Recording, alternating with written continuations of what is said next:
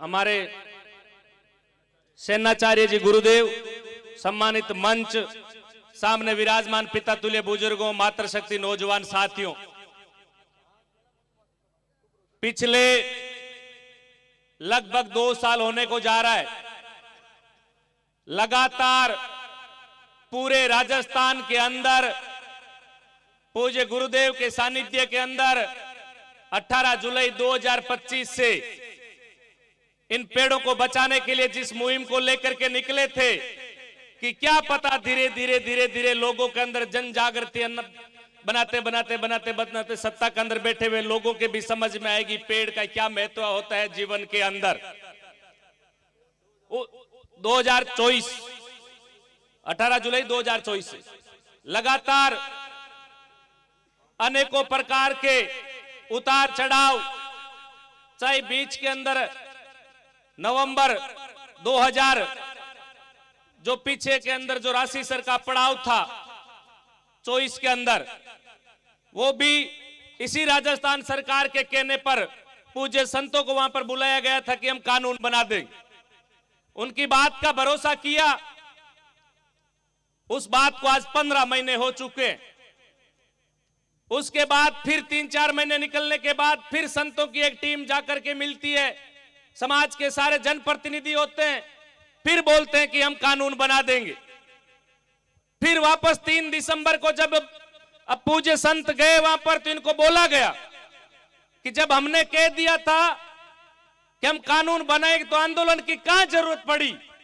तो मैं कहना चाहता हूं कि आपके ही सत्ता के अंदर बैठे हुए आपके ही मंत्री जो कानून मंत्री आते हैं, वो लूणी विधानसभा से आते हैं, खेजड़ली गांव से जहां चुनाव जीत करके आए, जहां 363 लोगों ने पेड़ों के लिए बलिदान दिया है, उस धरती से आने वाले आपके ही विधानसभा के संसदीय मंत्री जोगाराम जी पटेल ने प्रेस कॉन्फ्रेंस के अंदर कहा था कि राजस्थान सरकार ने जो आज की कैबिनेट की बैठक हुई है उसके अंदर हमने ये तय किया कि पर्यावरण प्रेमी लंबे समय से मांग कर रहे थे कि 100 रुपए का जो जुर्माना 1955 में बना था, हम उसको बढ़ा करके 10 गुना करके 1000 करेंगे।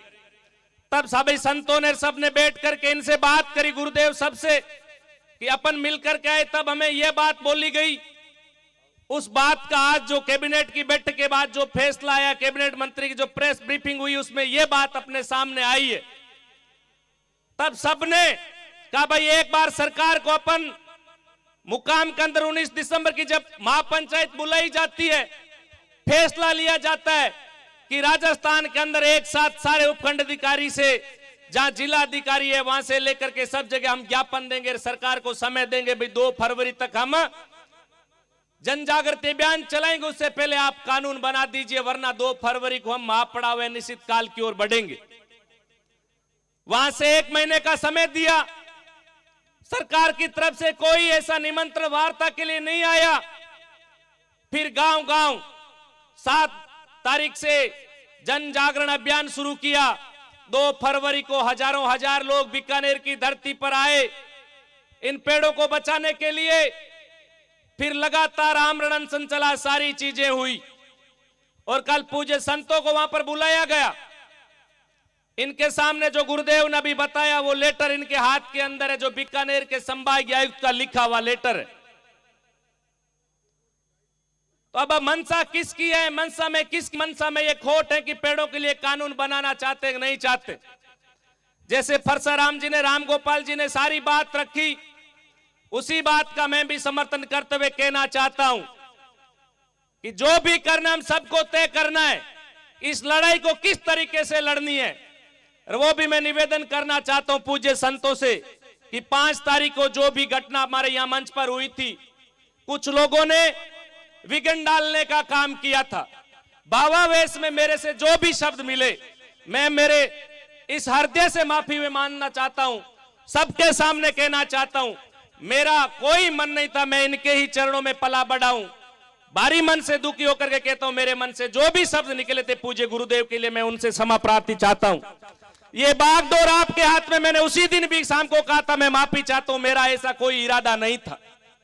लेकिन 18 महीना लगातार घर परिवार छोड़ करके लगातार जंगलों में 6 महीने मैं भी वहां पर खेजड़ला की रोई में वहां पर बैठा था। 50 डिग्री टेम्परेचर था, खेजड़ी की छाया में निकाल करके समय निकाला था।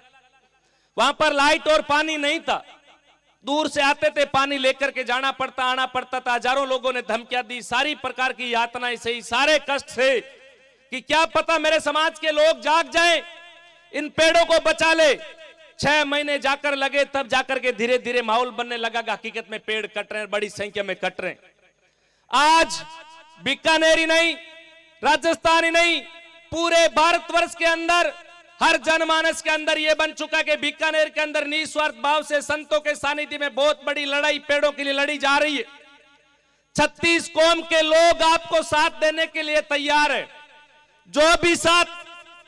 जो भी अपने को करना है, पूज्य संतों के सानिध्य में आपका जो आदेश होगा, जो निवेदन होगा, सर आंखों पर है। और हमारे से जो गलती हुई उनको मैं क्षमा प्रार्थी हूं, दंडवत होकर के पूज्य संतों से कहना चाहता हूं, मेरा आपके प्रति कोई द्वेष भावना नहीं थी कि मैं आपको कुछ गलत बोलूं। अब जो करना है, जो फैसला देना है, आपको देना है कि हमें क्या करना है। यह मंच आपके लिए है। धन्यवाद। जय हिंद।